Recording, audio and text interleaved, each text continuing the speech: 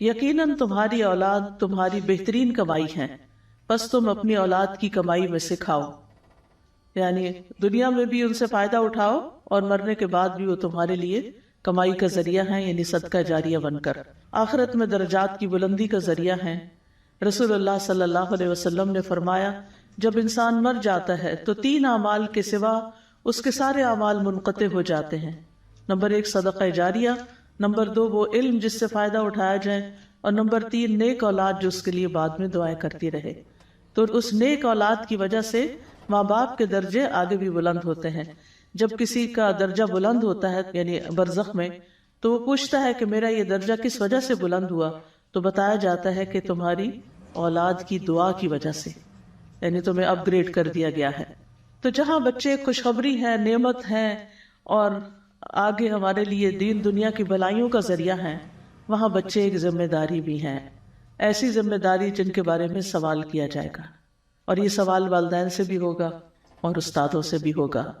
ابن عمر کہتے ہیں، نبی صلی اللہ علیہ وسلم نے فرمایا، اللہ تبارک و تعالی جس شخص کو رعیت کا ذمہ دار بناتا ہے، خواہ وہ کم ہو یا زیادہ، تو اللہ تعالیٰ قیامت کے دن اس رعایا کے بارے میں سوال بھی کرے گا کہ اس نے اپنی رعایا کے بارے میں اللہ تعالیٰ کے احکامات کو قائم کیا یا ضائع کیا، یعنی ان کو اللہ کا فرما بردار بنایا، اللہ کی اطاعت پر چلایا یا نہیں۔ لیکن بچے والدین کے علاوہ استادوں اور باقی معاشرے کی بھی ذمہ داری ہوتے ہیں۔ رسول اللہ صلی اللہ علیہ وسلم نے فرمایا، میں ہر مومن کے لیے اس کی اپنی ذات سے بھی زیادہ قریب ہوں، بس جو شخص قرض یا چھوٹی اولاد چھوڑ کر جائے تو ان کی پرورش میرے ذمہ ہے، یعنی حکومت وقت کی ذمہ داری بھی بنتی ہے کہ وہ بچوں کی صحیح تربیت اور تعلیم کا انتظام کرے۔ پھر اسی طرح اگر کوئی نسلوں کی حفاظت نہ کرے تو اس کی مذمت بھی کی گئی ہے۔ قرآن مجید میں آتا ہے، وَيُهْلِكَ الْحَرْثَ وَالنَّسْلَ وَاللَّهُ لَا يُحِبُّ الْفَسَادَ، یعنی جو نسل اور حرث کھیتی میں فساد کرے تو اللہ تعالیٰ ایسے مفسد کو پسند نہیں کرتا۔ بچوں کے حقوق ضائع کرنے والوں کے لیے وعید بھی ہے۔ رسول اللہ صلی اللہ علیہ وسلم نے فرمایا، کوئی ایسا بندہ جسے اللہ کسی رعایا کا نگران بناتا ہے، اور بچے جو ہیں وہ ہماری رعایا ہیں، یعنی کہ کلکم راعٍ وکلکم مسئول عن رعیتہ۔ اسی حدیث میں آگے جا کے آتا ہے، والمرأة راعیۃ فی بیت زوجها ومسئولۃ عنہا، کہ عورت اپنے شوہر کے گھر میں نگران ہے اور اس سے اس کے بارے میں سوال کیا جائے گا۔ تو گھر میں ظاہر ہے کہ بچے ہوتے ہیں، تو بچوں کی ایک طرح سے نگرانی اس کی ذمہ داری ہے۔ فرمایا کہ اگر کوئی نگران اس حال میں مرتا ہے کہ وہ اپنی رعیت سے دھوکہ کرنے والا ہے تو اللہ اس پہ جنت حرام کر دیتا ہے، یعنی ان کے انٹرسٹ اور ان کے حقوق کی صحیح حفاظت کرنا بھی لازم ہے، چاہے والدین ہوں یا استاد ہوں۔ اب یہ ہے کہ وہ اپنی ذمہ داری کس طرح پوری کریں، تو اس سلسلے میں یہ یاد رکھنا چاہیے کہ بچے فطرت پر ہوتے ہیں، وہ بڑوں سے سیکھتے ہیں، یعنی ان کو سکھانے کے لیے، ان کی تربیت کرنے کے لیے ہمیں ان کے سامنے رول ماڈل بننا ہوگا۔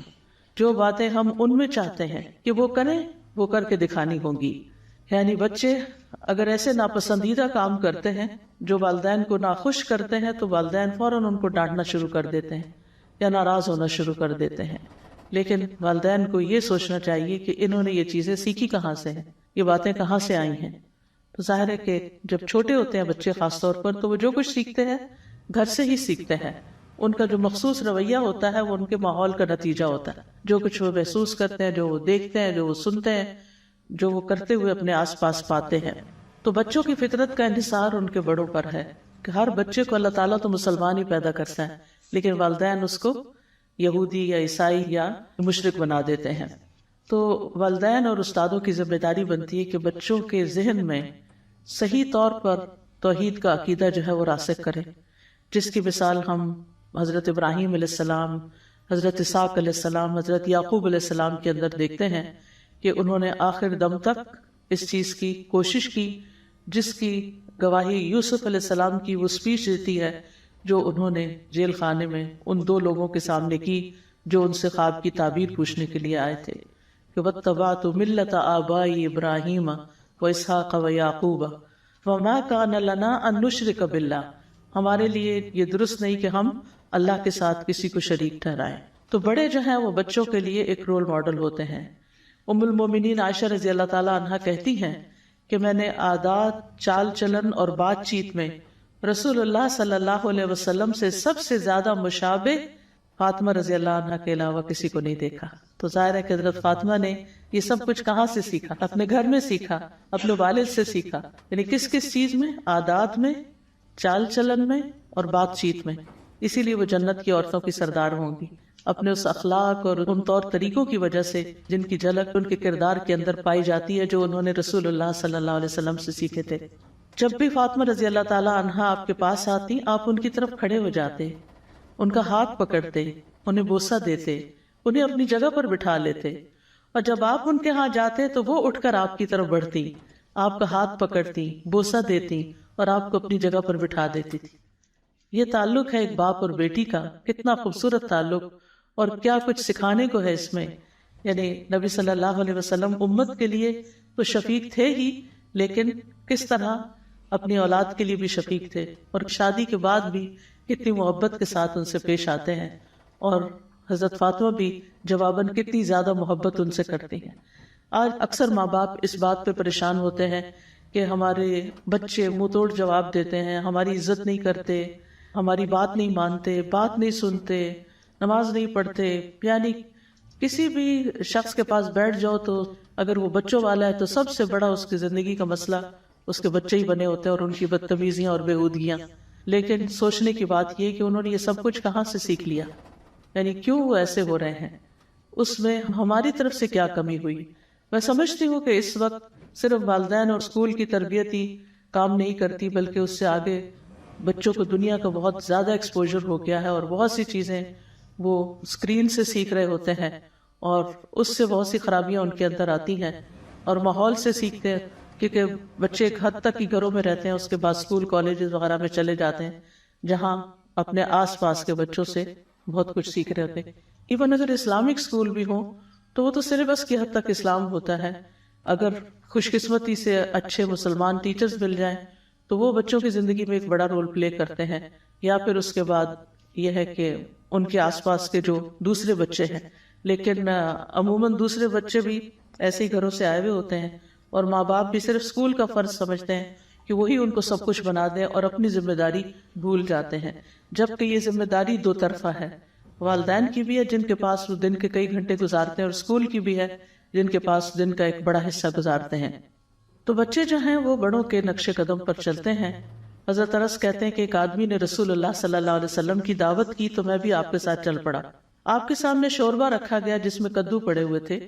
رسول اللہ صلی اللہ علیہ وسلم اس میں سے کدو کھانے لگے. آپ کو کدو بہت پسند تھا. انس کہتے ہیں کہ جب میں نے یہ دیکھا تو میں کدو آپ کے سامنے کرنے لگا. میں نے وہ خود نہ کھائے تاکہ آپ کھا لیں، آپ کو پسند ہے. فرماتے ہیں کہ اس کے بعد میں ہمیشہ کدو پسند کرنے لگا. جو کھانا بھی میرے لیے تیار کیا گیا، جتنا بھی ہو سکا میں نے اس میں کدو کو ضرور شامل کر لیا، یعنی ہر ڈش میں وہ شامل کر لیا. تو اس سے آپ اندازہ لگائیں کہ صرف آپ کے ایک ایکشن کو دیکھ کر کہ کسی کی دعوت میں آپ کدو چن چن کے کھا رہے ہیں تو انہوں نے بھی زندگی بھر کے لیے اس کو اپنا لیا. وہ ایسا انداز ہوگا، وہ ایسی ادا ہوگی کہ حضرت انس رضی اللہ عنہ کے دل میں اتر گئی. عبید بن جریج کہتے ہیں کہ انہوں نے عبداللہ بن عمر سے کہا، اے ابو عبد الرحمن، میں نے آپ کو 4 ایسے کام کرتے ہوئے دیکھا ہے جو آپ کے ساتھیوں کو کرتے ہوئے نہیں دیکھا. وہ کہنے لگے، اے ابن جریج وہ کیا ہیں؟ ابن جریج نے کہا کہ میں نے طواف کے وقت دیکھا کہ آپ 2 یمانی رکنوں کے سوا کسی رکن کو ہاتھ نہیں لگاتے.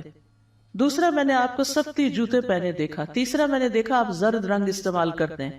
چوتھا، میں نے دیکھا کہ جب آپ مکہ میں تھے لوگ ذی الحج کا چاند دیکھ کر احرام باندھنے لگتے، آپ 8ویں تاریخ تک یوم ترویہ تک احرام نہیں باندھتے تھے.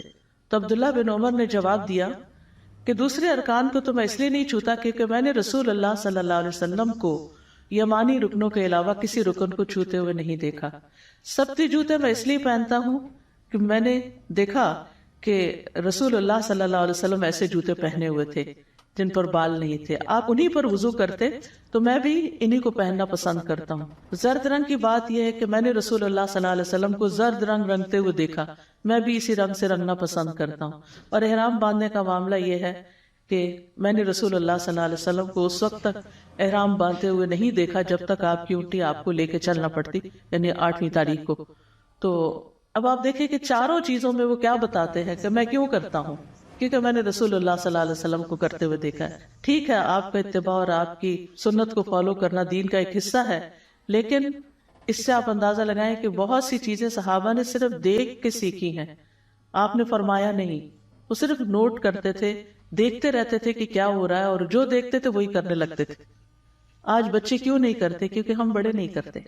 جب تک ہمارے اندر وہ اخلاق نہیں آئے گا، ہمارے اندر وہ ذمہ داری نہیں آئے گی، جب تک ہمارے اندر وہ سب کچھ نہیں آئے گا جو ہم بچوں میں لانا چاہتے ہیں، تو پھر بچے بھی وہ نہیں کریں گے.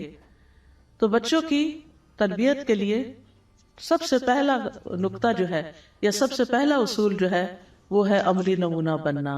عمل کر کے دکھائیں، جو کروانا ہے وہ کر کے دکھائیں. جس چیز کی آپ کی زندگی میں امپورٹنس ہوگی، جس چیز سے آپ محبت کرتے ہوں گے، جو آپ کی چاہت ہوگی، وہ خود بخود بچوں میں ٹرانسفر ہوتی جائے گی، الا ماشاء اللہ. تو والدین اور معلم سب سے پہلے خود دین پر کاربند ہوں. حضرت عائشہ کہتی ہیں جب سے میں نے ہوش سنبھالا میں نے یہی دیکھا کہ میرے والدین دین اسلام قبول کر چکے تھے، یعنی میں نے ان کو اسلام پر ہی پایا. بچوں کو اگر ہم نیک بنانا چاہتے ہیں تو خود نیک بنیں، اور جب والدین نیک ہوں گے تو اللہ سبحانہ وتعالیٰ ان کی اولاد میں خیر ڈال دے گا. بعض اوقات ہم پریشان ہوتے ہیں بچپن میں، جب وہ چھوٹے ہوتے ہیں ہمارے ہاتھوں میں ہوتے ہیں، ہم ان کی ہر لحاظ سے اچھی تربیت کرنے کی کوشش کرتے ہیں. جب بڑے ہوتے ہیں، بڑا ایکسپوجر ملتا ہے، باہر نکلتے ہیں تو اپنی مرضیاں کرنے لگتے ہیں.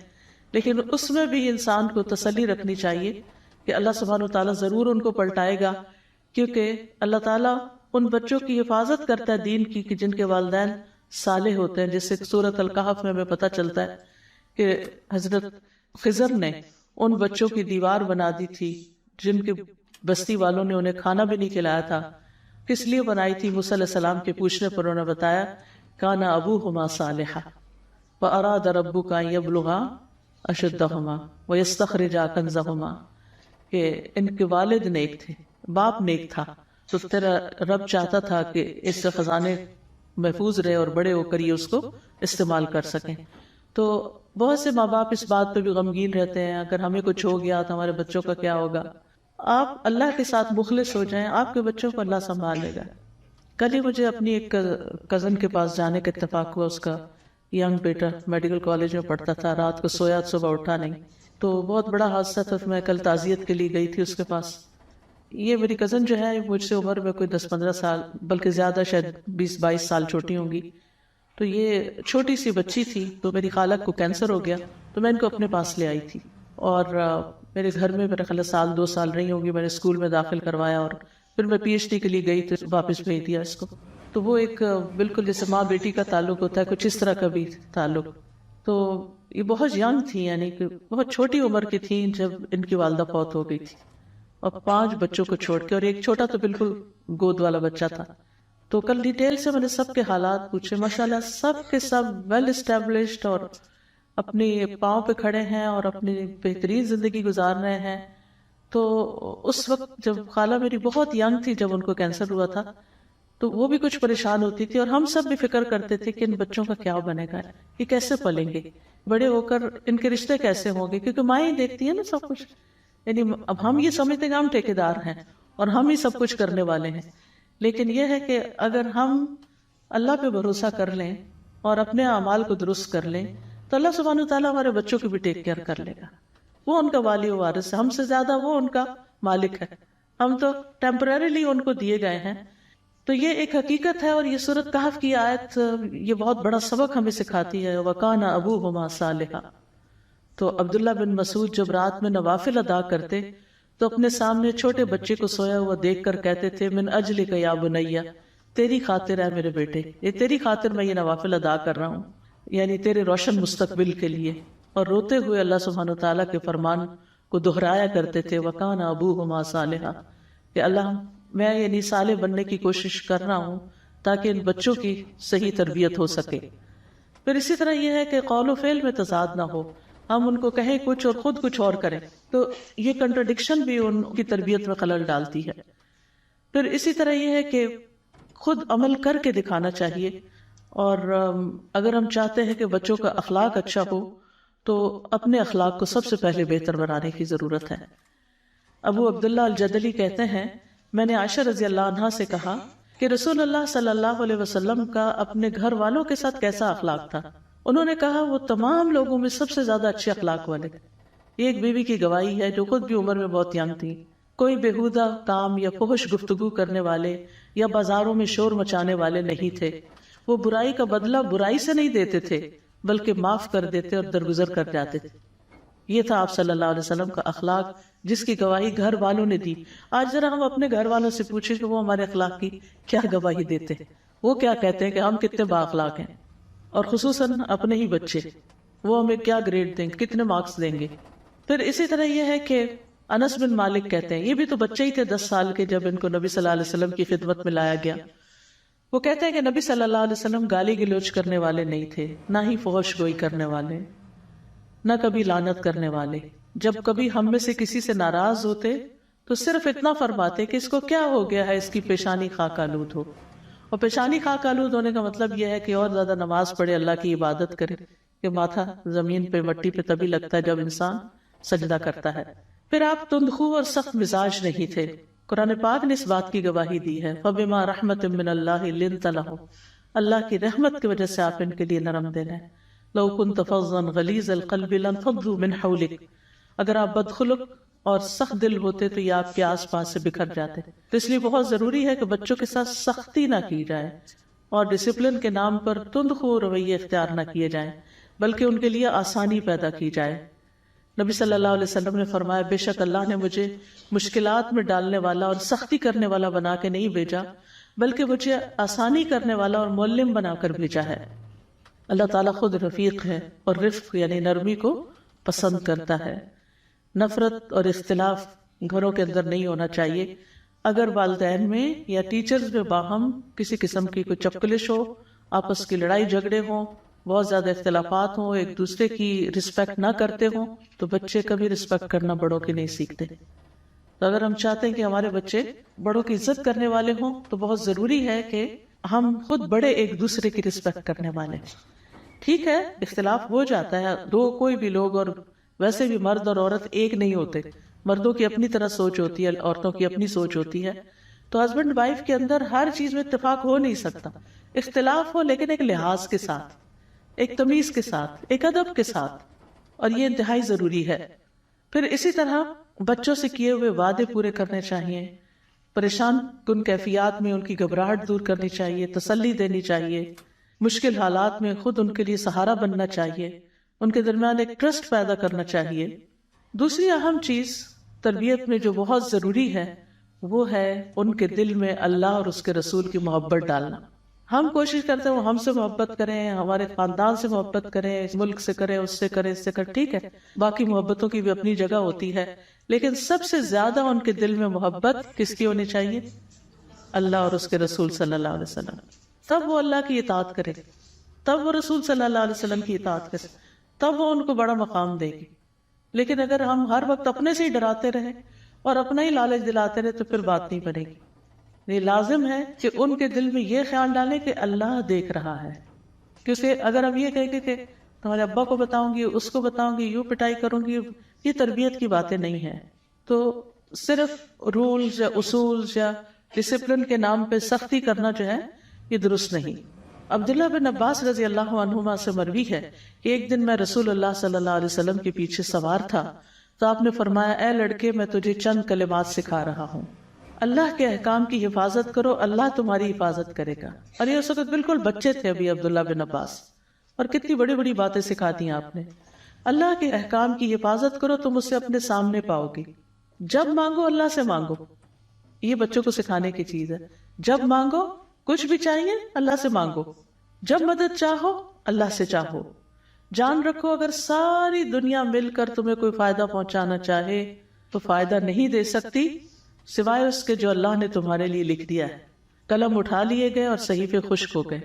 اور اسی طرح اگر ساری دنیا مل کے تمہیں کوئی نقصان پہنچانا چاہے تو کوئی نقصان نہیں دے سکتی. کتنا بہادر اور جری بنا دیا کہ کوئی تمہیں کچھ نقصان نہیں دے سکتا. اللہ کی حفاظت تمہارے ساتھ ہونی چاہیے. پھر اللہ ہی کا ڈر پیدا کرنا، جیسے لقمان کی نصیحت اپنے بیٹے کے لیے قرآن مجید میں اس کا ذکر آتا ہے، یا بنی ان تک مثقال حبۃ من خردل فتکن فی صخرۃ او فی السماوات او فی الارض یأتی بها اللہ ان اللہ لطیف خبیر. اے میرے چھوٹے بیٹے، بے شک اگر کوئی چیز رائی کے دانے کے وزن کی کیوں نہ ہو، کسی چٹان میں ہو یا آسمانوں میں ہو یا زمین میں، تو اسے اللہ لے آئے گا، بے شک اللہ بڑا باریک بین پوری خبر رکھنے والا ہے۔ تو اس سے یہ پتہ چلتا ہے کہ بچوں کو اللہ کا ڈر بھی پیدا کرنا چاہیے کہ کوئی کام تم چھپ کے کرو گے تو اللہ سبحانہ وتعالیٰ تو اس کو دیکھ لے گا۔ ماما سے چھپ سکتے ہو، بابا سے چھپ سکتے ہو، اللہ سبحانہ وتعالیٰ سے نہیں چھپ سکتے۔ تو بچوں کو اپنا ڈر نہیں، اللہ کا ڈر سکھائیں۔ پھر اسی طرح بچوں کو دینی احکام کی پابندی کروائیں، 7 سال کی عمر میں نماز شروع کروا دیں۔ پھر اسی طرح چھوٹی چھوٹی سنتیں بھی ان کو سکھائیں، دعائیں سکھائیں، اور الحمدللہ اب اس کا بہت ٹرینڈ بھی ہو گیا ہے، والدین بچوں کو یہ چیزیں سکھاتے ہیں۔ تیسری چیز جو تربیت کے لیے بڑی ضروری ہے وہ ہے پیار اور محبت اور شفقت والا رویہ۔ جو چیز محبت سے سکھائی جا سکتی ہے وہ نفرت سے نہیں سکھائی جا سکتی۔ انس بن مالک کہتے ہیں کہ میں نے رسول اللہ صلی اللہ علیہ وسلم سے بڑھ کر کسی کو شفقت کرنے والا نہیں پایا، سب سے زیادہ شفیق اور مہربان تھے آپ۔ پھر اسی طرح بچوں کے ساتھ رحم کا سلوک، لیس منا من لم یرحم صغیرنا ولم یوقر کبیرنا، وہ ہم میں سے نہیں جس نے ہمارے چھوٹے پر شفقت نہیں کی، اس کے ساتھ مہربانی نہیں کی، اور جس نے ہمارے بڑوں کی عزت نہیں کی۔ پھر ان کے ساتھ محبت کرنا۔ حضرت عائشہ رضی اللہ تعالی عنہا جو تھی، ان کے اپنے بچے تو نہیں تھے لیکن اپنے شاگردوں کے ساتھ بہت محبت سے پیش آتی تھی۔ مسروق ان کے شاگرد جو تھے وہ ہمیشہ ان کی مجلس میں حاضر رہتے تھے، تو وہ ان کو اپنا بیٹا کہتی تھی، اور ان کو کہتی تھی، اے مسروق تم میری اولاد میں سے ہو، تم میرے ان بچوں میں سے ہو جو مجھے بہت محبوب ہیں۔ اور مسروق بھی حضرت عائشہ سے بہت محبت کرتے تھے، جیسے ایک استاد کے ساتھ محبت ہوتی ہے، تو وہ اسی وجہ سے مسروق جو تھے وہ ابو عائشہ کہلاتے تھے، یعنی عائشہ والے۔ ابو کا مطلب باپ ہی نہیں ہوتا، والا بھی ہوتا ہے۔ پھر یہ ہے کہ بچوں کو اچھے ناموں سے یاد کرنا چاہیے۔ طنزیہ باتیں اور ڈانٹ ڈپٹ اور نام بگاڑ کے بات کرنا، یہ عام طور پہ بہت ٹرینڈ ہے کہ بعض اوقات ٹیڑھے میڑھے نام بنا دیے جاتے ہیں جن کا کوئی مطلب نہیں ہوتا یا غلط مطلب نکلتا ہے۔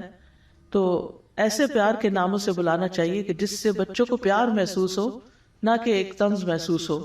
پھر یہ کہ بول کر بھی بچوں سے محبت کا اظہار کرنا چاہیے، جو بھی آپ کی زبان ہے، انگریزی ہے، اردو ہے، پشتو ہے، جو بھی، لیکن محبت کے الفاظ ادا کریں۔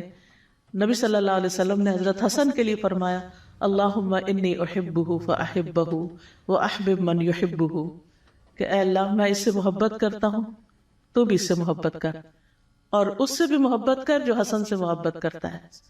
یعنی آپ کے نواسے تھے حضرت حسن۔ تو آپ دیکھیے کہ ہم نے کبھی اپنے بچوں کو ایسی دعا دی یا کبھی ان سے اظہار کیا کہ مجھے تم سے محبت ہے، بلکہ ہم تو کہتے ہیں اگر محبت کا اظہار کیا تو ان کا تو رو بھی نہیں رہے گا پھر ہمارا، اور تربیت ٹھیک نہیں ہوگی، بگڑ جائیں گے، سپوائل ہو جائیں گے۔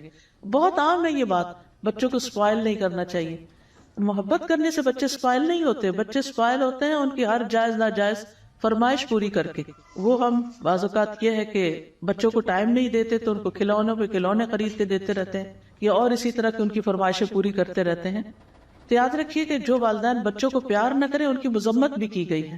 اقرا بن حابس التمیمی جو تھے، ان کے 10 بچے تھے، تو ایک دفعہ نبی صلی اللہ علیہ وسلم کے پاس حضرت حسن آئے، آپ نے ان کو پیار کیا تو کہنے لگے کہ میرے 10 بچے، میں نے تو کبھی کسی کو پیار نہیں کیا۔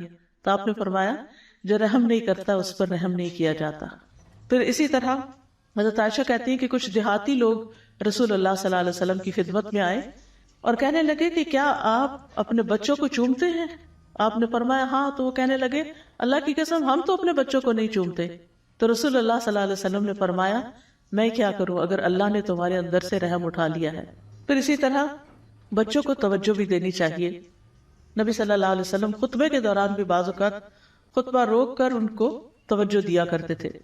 بچوں کے ساتھ روب کی بجائے نرمی کا رویہ اختیار کرنا چاہیے، یعنی ان کے ساتھ کمیونیکیٹ کرنا چاہیے، بات کرنی چاہیے، آرام سے بیٹھ کے سمجھانا چاہیے، نہ کہ صرف ایک روب کے نام پر ہر وقت ان کو دھمکا کے رکھنا یا ان کے ساتھ ایسا معاملہ کرنا کہ وہ خوف زدہ ہی رہیں۔ پھر اسی طرح بچوں کی دلچسپی کی چیزوں میں دلچسپی لینی چاہیے۔ بعض اوقات ہم بڑے ہو جاتے ہیں تو پھر ہم بڑی بڑی باتیں کرنے کی عادی ہو جاتے ہیں اور بچوں سے ہمیں کوئی انٹرسٹ نہیں ہوتا۔ بچوں میں انٹرسٹ لینا چاہیے، ان کے کھلونوں میں انٹرسٹ لینا چاہیے، ان کے پیٹس میں انٹرسٹ لینا چاہیے، ان کی اگر کوئی خاص گیم ہے تو اس سے متعلق کچھ معلومات لے کے اس میں انٹرسٹ شو کرنا چاہیے تاکہ وہ کنفائڈ کریں اور ہمارے ساتھ اپنی باتیں شیئر کریں اور جو ان کے دل میں ہے وہ ہمیں بتائیں تاکہ ہم ان کی صحیح ڈائریکشن بھی انہیں دے سکیں.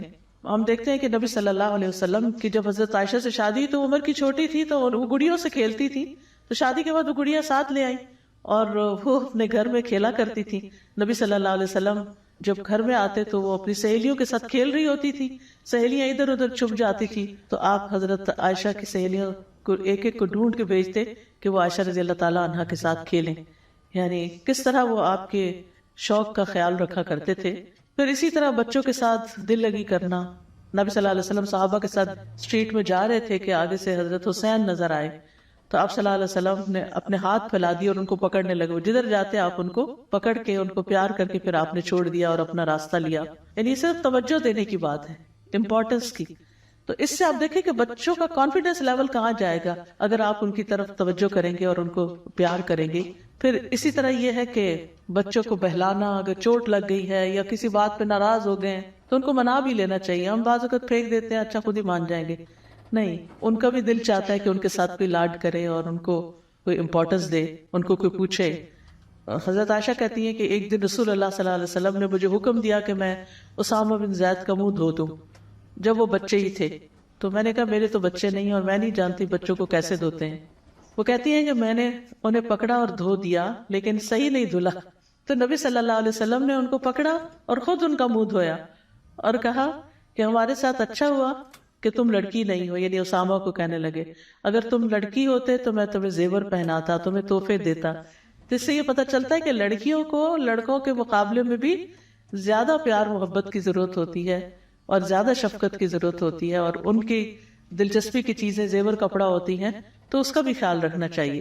پھر اسی طرح بچوں کے جذبات کا خیال, اگر کوئی پیٹ ہے, جیسے حضرت ابو عمیر جو تھے وہ ایک دفعہ غمگین دکھائی دے رہے تھے تو بتایا گیا کہ ان کی چڑیا مر گئی ہے جس کے ساتھ ہی کھیلتے تھے. تو آپ نے فرمایا ابو عمیر تمہاری نغیر کا کیا بنا.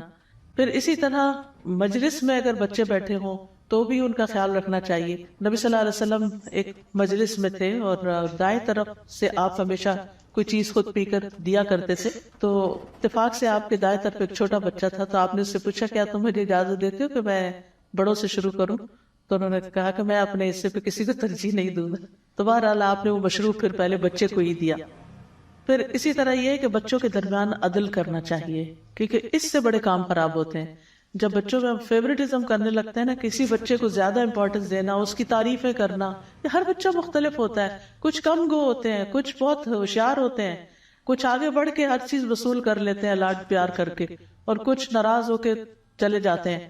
تو یہ ماں کا فرض ہے کہ پھر ہر بچے کو ایکولی امپورٹنس دے. وہ یہ نہیں کہ کچھ بچوں کو زیادہ فیوریٹ بنا لے اور کچھ کو چھوڑ دے. اسی طرح کلاس میں بھی کچھ بچے ذہین ہوتے ہیں, کچھ بچے ذرا کمزور ہوتے ہیں, تو کمزور بچوں کو پیچھے نہیں چھوڑ دینا چاہیے, ان کو بھی آگے بڑھانا چاہیے. پھر ان کا آپس میں کمپیریزن نہیں کرنا چاہیے کہ وہ کر سکتا تم کیوں نہیں کر سکتے وغیرہ وغیرہ.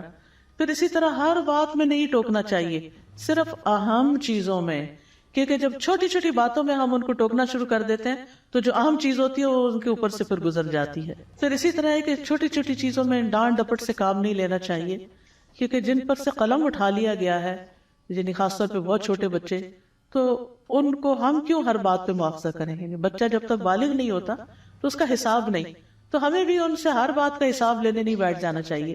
پھر اسی طرح یہ کہ کبھی اگر ڈسپلن کرنا پڑے تو چہرے پر نہیں مارنا چاہیے, تعلیم دیتے ہوئے بھی مارنا نہیں چاہیے.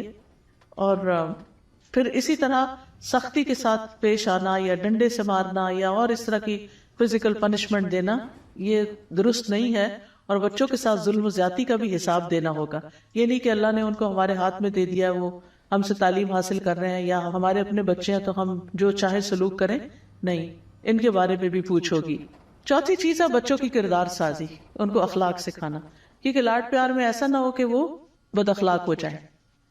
تو بچوں کو عمدہ اخلاق بھی سکھانا چاہیے, بیٹے ہوں بیٹیاں ہوں, کیونکہ بعض اوقات بچے بدتمیزی کرتے تو ماں باپ ہنسنا شروع کر دیتے ہیں, اس سے ان کو اور شے ملتی ہے اور گڑبڑ کرتے ہیں. تو اس سے بچنا بڑا ضروری ہے.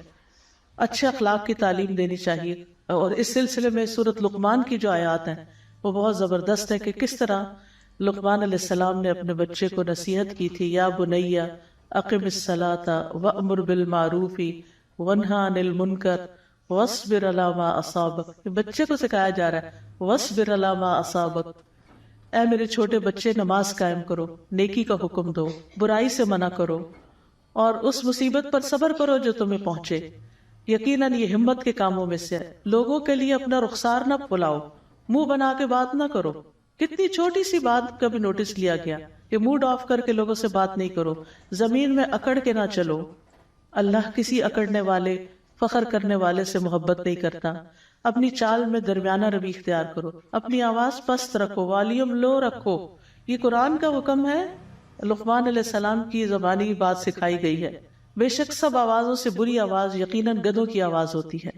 تو یہ تربیت ہے، یہ کردار ہے جو قرآن نے سکھایا اور جس کی طرف توجہ دینے کی ضرورت ہے۔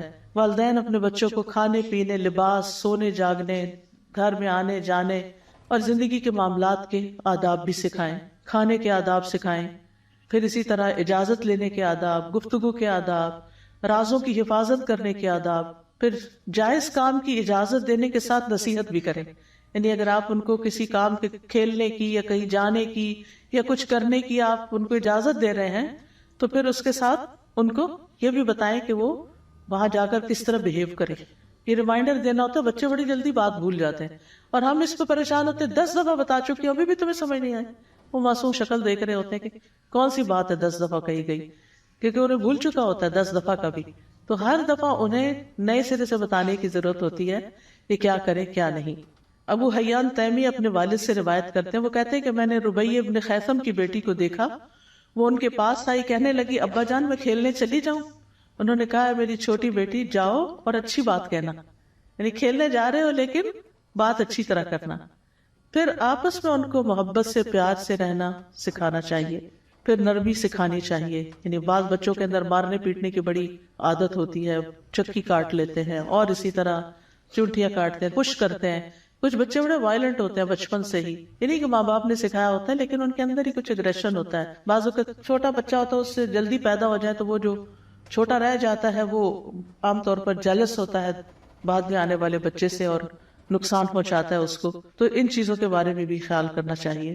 پھر اسی طرح ہے کہ ان کو قناعت کا عادی بنانا چاہیے، محنت کا عادی بنانا چاہیے، بچپن سے حلال حرام کی تمیز بھی دینی چاہیے۔ مجھے یاد ہے کہ جب میں پی ایچ ڈی کر رہی تھی تو مریم کو میں کچھ عرصے کے لیے لے گئی ساتھ یو کے میں، تو وہاں پر ظاہر ہے کہ جب بھی کہیں باہر گروسری کرنے جاتی ہے کچھ تو ہر چیز دیکھ کے کہ حلال ہے یا نہیں۔ تو ایک دن ایپل اٹھا کے کہتی ہے کہ ماما یہ حلال ہے۔ تو مجھے یہ بات کبھی بھی نہیں بھولتی کہ بچے بھی کانشیس ہو جاتے ہیں اور ہر چیز میں پوچھنا شروع کر دیتے ہیں کہ کیا حلال ہے اور کیا حرام ہے۔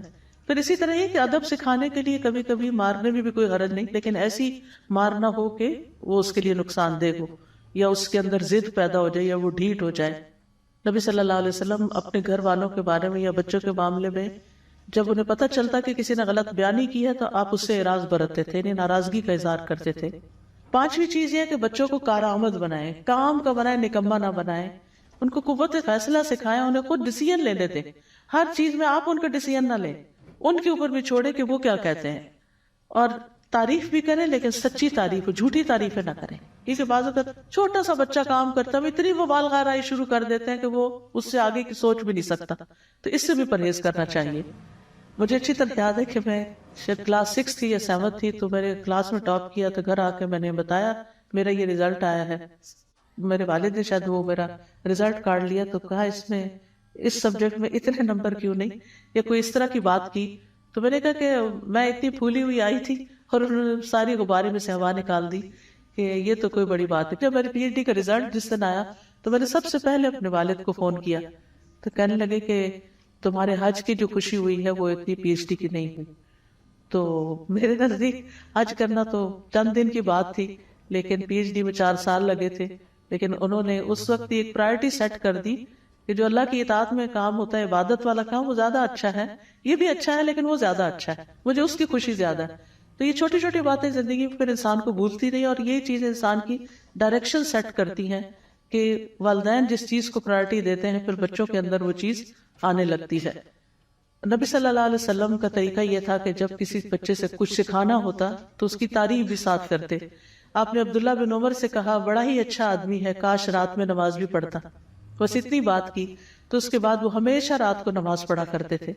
پھر اسی طرح بچوں کے اندر اگر کوئی اچھی عادتیں ہیں تو ان کا ذکر بھی کرنا چاہیے. بیٹا تمہاری یہ عادت بہت اچھی ہے کہ تم کام کرنے کے بعد چیزیں سمیٹ دیتے ہو مثلا، تو اس کے بعد وہ کبھی چھوڑے گا نہیں کیونکہ اس کو پتہ چل گیا کہ ایک اچھا کام ہے. ورنہ بچوں کو تو تمیز نہیں ہوتی اچھا کیا ہے کیا نہیں. جب آپ تعریف کرتے ہیں یا اپریشیٹ کرتے ہیں تو پھر ہی ان کو پتہ چلتا ہے کہ انہوں نے جو کیا ہے وہ اچھا ہے. نبی صلی اللہ علیہ وسلم نے اشج عبد القیس سے کہا تھا کہ تم میں 2 خصلتیں ایسی ہیں جن سے اللہ محبت کرتا ہے، بردباری اور باوقار ہونا. پھر اسی طرح بچوں سے پیار محبت سے کام کروانا چاہیے، ان کے منفی رویے کو حکمت سے مثبت میں تبدیل کرنا چاہیے. اور اس میں ابو محذورہ کی روایت جو ہے بہت ہی انٹرسٹنگ ہے، اور مجھے یہ واقعہ بہت ہی دل کو لگتا ہے کہ کس طرح ایک ٹین ایجر کی اصلاح نبی صلی اللہ علیہ وسلم نے کی. وہ کہتے ہیں کہ ایک مرتبہ میں چند لوگوں کے ساتھ نکلا، ہم لوگ حنین کے راستے میں تھے، تو رسول اللہ صلی اللہ علیہ وسلم حنین سے تشریف لا رہے تھے، واپس آ رہے تھے، راستے میں ہمارا آپ سے آمنا سامنا ہو گیا. تو رسول اللہ صلی اللہ علیہ وسلم کے مؤذن نے نماز کے لیے رسول اللہ صلی اللہ علیہ وسلم کے پاس آذان دی. تو مؤذن کی آواز سن کر ہم اونچی آواز سے اس کی نقل اتارنے لگ گئے اور اس کا مذاق اڑانے لگے. رسول اللہ صلی اللہ علیہ وسلم نے ہماری آواز سن لی اور ہماری طرف کسی کو بھیجا کہ وہ ہمیں آپ کے سامنے لا کے کھڑا کرے. تو رسول اللہ صلی اللہ علیہ وسلم نے فرمایا تم میں سے کس کی آواز میں نے سنی جو سب سے اونچی تھی؟ تو لوگوں نے میری طرف اشارہ کر دیا، ابو محذورہ کی طرف، اور وہ سچے ہی تھے. آپ صلی اللہ علیہ وسلم نے سب کو بھیج دیا اور مجھے روک لیا. آپ نے فرمایا کھڑے رہو اور نماز کے لیے اذان دو. میں کھڑا ہوا، لیکن اس وقت میری نظروں میں رسول اللہ صلی اللہ علیہ وسلم اور ان کا دیا ہوا حکم سب سے زیادہ ناپسندیدہ تھا. میں رسول اللہ صلی اللہ علیہ وسلم کے سامنے کھڑا ہوا. آپ نے مجھے خود اذان کے کلمات سکھائے. جب میں اذان دے کر فارغ ہوا تو آپ نے مجھے بلایا اور ایک تھیلی عطا فرمائی جس میں کچھ چاندی تھی. پھر ابو معذورہ کی پیشانی پر اپنا ہاتھ رکھ کر 2 مرتبہ چہرے پہ پھیرا، پھر ان کے جگر پہ پھیرا، حتیٰ کہ رسول اللہ صلی اللہ علیہ وسلم کا ہاتھ ابو معذورہ کی ناف تک پہنچا، یعنی چہرے سے سارے اگلے حصے تک. پھر رسول اللہ صلی اللہ علیہ وسلم نے ان کو دعا دی کہ اللہ تمہیں برکت دے. میں نے عرض کیا یا رسول اللہ صلی اللہ علیہ وسلم مجھے مکہ کا مؤذن مقرر کر دیں. تو آپ نے فرمایا میں تمہیں اس کا حکم دیتا ہوں. اسی وقت ان کے دل سے رسول اللہ صلی اللہ علیہ وسلم کی نفرت دور ہو گئی اور اس کی جگہ رسول اللہ صلی اللہ علیہ وسلم کی محبت پیدا ہو گئی. یہ ہے اصلاح کا طریقہ. یعنی آپ نے بلا کے سزا نہیں دی، بے عزتی نہیں کی، ان کے ماں باپ کو نہیں بلا لیا کہ کیا تمیز سکھائی ہے بچوں کو، کس طرح ڈیل کیا جیسے کوئی بات ہی نہ ہوئی ہو. کیونکہ آپ دیکھنا چاہتے تھے کہ سب سے زیادہ جو شرارتی ہوئی سب سے زیادہ باصلاحیت ہے، تو اس سے اذان دلوائی اور پھر اس کو مکہ کا مؤذن مقرر کر دیا. یعنی کتنی بڑی حکمت کی بات ہے. اور پھر انعام بھی دیا اور پھر دعا بھی دی، پھر ان پہ ہاتھ بھی پھیرا. یہ کتنی شفقت اور کتنی محبت تھی. کیا ہم بھی ٹین ایجرز کے ساتھ اسی طرح پیش آتے ہیں جن کے اندر روڈنس ہوتی ہے یا کبھی بدتمیزی بد اخلاقی بھی برتتے ہیں؟ تو بہت زیادہ صبر کی ضرورت ہوتی ہے ماں باپ کو کہ وہ بچوں کی صلاحیت کو دیکھ کر، ان کی ایسی حرکتوں کو دیکھ کر بھی ان کے ساتھ صبر سے کام لے کر ان کو آگے بڑھائیں. کس طرح زید بن ارقم کو آپ نے یہودیوں کا طرز تحریر سکھایا اور انہوں نے 17 دن کے اندر یا 15 دن کے اندر سب کچھ سیکھ لیا. پھر آپ صلی اللہ علیہ وسلم ٹین ایجرز کو ذمہ داریاں بھی دے کے بھیجتے تھے. اسامہ بن زید جو تھے ان کو لشکر کا امیر بنا کر بھیجا. پھر آپ بچوں کو دعائیں بھی دیتے تھے. ہمیں بھی اپنے بچوں کے لیے خوب خوب دعائیں کرنی چاہیے، اپنے شاگردوں کے لیے دعائیں کرنی چاہیے، ان کے ساتھ شفقت کرنی چاہیے. ابن عباس کہتے ہیں کہ رسول اللہ صلی اللہ علیہ وسلم نے ایک مرتبہ اپنا ہاتھ میرے کندھے پر رکھا اور فرمایا اللہم فقہہ فی الدین وعلمہ التأویل. اللہ اسے دین کی سمجھ عطا کر اور اس کو کتاب کی تعویل یعنی تفسیر کا علم عطا کر. اور وہ واقعی ان کی دعا قبول ہوئی اور وہ مفسر قرآن بنے. بچوں کو آپ کے پاس باقاعدہ لایا جاتا تھا اور آپ ان کے لیے برکت کی دعا دیتے تھے. حضرت انس رضی اللہ عنہ کو نبی صلی اللہ علیہ وسلم نے جو برکت کی دعا دی کہ مال میں اور اولاد میں اور رزق میں برکت ہو، تو ان کا باغ جو تھا سال میں 2 بار پھل لایا کرتا تھا. اور یعنی کہ 100 سے زیادہ بچے انہوں نے خود اپنی زندگی میں بچے اور بچوں کے بچے دیکھے تھے اور ان کی زندگی بھی بہت لمبی ہوئی تھی. تو یہ رسول اللہ صلی اللہ علیہ وسلم کی دعا کا نتیجہ تھا. تو کوشش، صبر اور دعا یہ ہتھیار ہیں بچوں کی تربیت کے، چاہے استاد ہوں یا والدین ہوں. اگر چھوٹے بچے ہیں تو آپ ان کو دعائیں، ان کا ترجمہ سکھاتے ہوئے توحید سکھا سکتے ہیں. اس کے علاوہ ان کو کہانیاں سنائے پیغمبروں کی، کیونکہ ہر پیغمبر توحیدی کے لیے بھیجا گیا تھا، ایک اللہ کی عبادت کے لیے. اور پھر کس طرح ان کی قوم جو تھی وہ نہیں مانی تو ان کے ساتھ کیا ہوئی. پیغمبروں کے قصے جو ہیں بہترین تربیت کرتے ہیں. پھر صحابہ کے قصے جو ہیں. یاد رکھیے جب تک ماں باپ اپنا رول نہیں پلے کریں گے بچوں کی تربیت نہیں ہو سکتی. یعنی استاد بھی کرے گا لیکن سب سے اہم ذمہ داری خود ماں باپ ہی کی ہوتی ہے. اتنی مصروفیت کے باوجود میں ہر اس چیز پہ گئی جس پہ میرا بیٹا گیا کہ وہ اس نے فیس بک بنائی میں نے بھی بنا لی کیونکہ میں نے اس کو دیکھنا تھا یہ کر کیا رہا ہے. وہ انسٹاگرام پہ گیا میں نے انسٹاگرام بنا لی. میں نے اسی سے بنا, میں نے کہا مجھے بنا کے دو اور پھر سیکھا بھی. بلکہ اسکول کے بچوں نے انسٹاگرام پہ کچھ کیا تو میں نے ان کو فالو شروع کر دیا. اگلے دن میں نے دیکھا کہ انہوں نے میرے نام پہ سرکل لگا کے اس کو پوسٹ کیا ہوا. کیونکہ بچوں کے اندر ٹیلنٹ بھی بہت ہوتا ہے اور ان کو خوشی بھی ہوتی ہے کہ یعنی ماں باپ جو ہیں وہ ہماری سرگرمیوں سے واقف ہیں. تو یہ ہے کہ کبھی یہ ظاہر نہ کرے کہ مجھے نہیں آتا.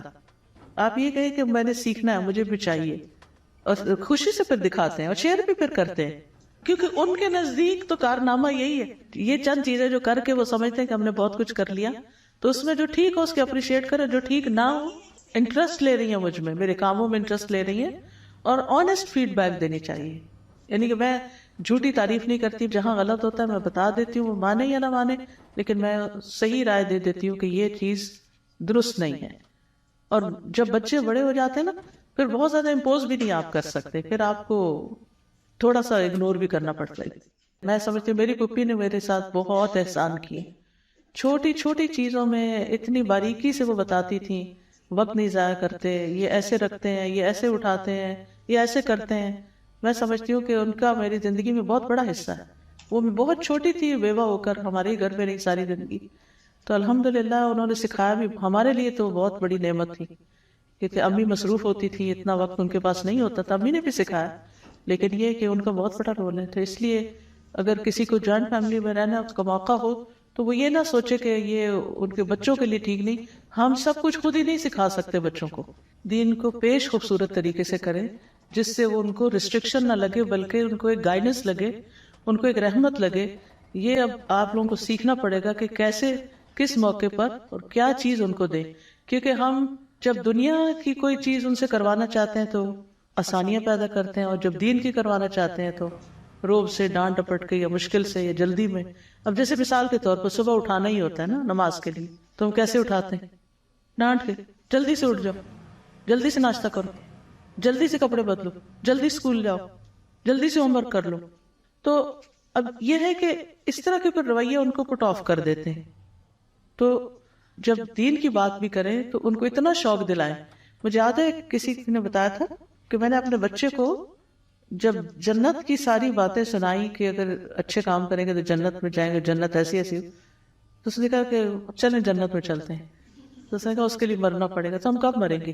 تو یہ ہے کہ اب مرنے والی بات کا بھی بچے کو شوق لگ گیا کہ جنت میں جانے کے لیے.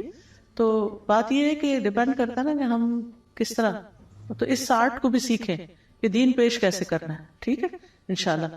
جنرلی بچوں کو سکھایا جائے کہ ہر بات پہ ہرٹ نہیں ہوتے, یعنی اس چیز کو بھی کم کرنے کی ضرورت ہے. انہوں نے زندگی میں بہت کچھ آگے جا کے دیکھنا ہے. جب ہم بہت پروٹیکٹیو پالتے ہیں نا بچوں کو, ہائی میرے بچے کو یہ کچھ نہ کہہ دے, اس نے کیوں کہہ دیا, اور جاہل ماں کی طرح گلی میں لڑنا شروع کر دیتی ہیں کہ میرے بچے کو تم نے کیوں کچھ کہا. تو یہ طریقہ ٹھیک نہیں ہوتا. بچے اگر کسی کی شکایت بھی لے کر آئے تو ان کو بتانا چاہیے کہ بی اسٹرانگ. یہ کیا بات ہے؟ تو کوئی بات ہی نہیں, پھر کیا ہوا؟ کیونکہ جب ہم انہیں کہتے ہیں نا اچھا میں خبر لیتی ہوں جس نے تمہیں کچھ کہا, تو پھر وہ بچے بھی سمجھتے ہیں کہ شاید ہماری ہر بات ہی درست ہے. تو ان کو سہنا سکھائیں, باتیں سہنا, مار سہنا, اعتراض سہنا, تنقید سہنا. جب وہ اسٹرانگ ہوں گے تو بڑے بڑے کام کریں گے, اور اگر اسٹرانگ نہیں ہے نا اور چھوٹی چھوٹی چیز پر ہی رونے دھونے بیٹھ گئے تو وہ بہت کچھ زندگی میں بڑا رول نہیں پلے کر سکتے. نماز سے پہلے نا ایمان کی طرف لائیں, دین کی محبت اس کے اندر ڈالیں. کیونکہ ہم نماز سے شروع کرتے ہیں تو ان کو سمجھ نہیں آتی نماز کیوں پڑھے. ٹھیک ہے نا, تو اللہ کی محبت پہلے ڈالیں, پھر وہ اللہ کے آگے جھکے. جزاکم اللہ خیرا. سبحانک اللہم و بحمدک, اشہد ان لا الہ الا انت, استغفرک و اتوب الیک. السلام علیکم و رحمۃ اللہ وبرکاتہ.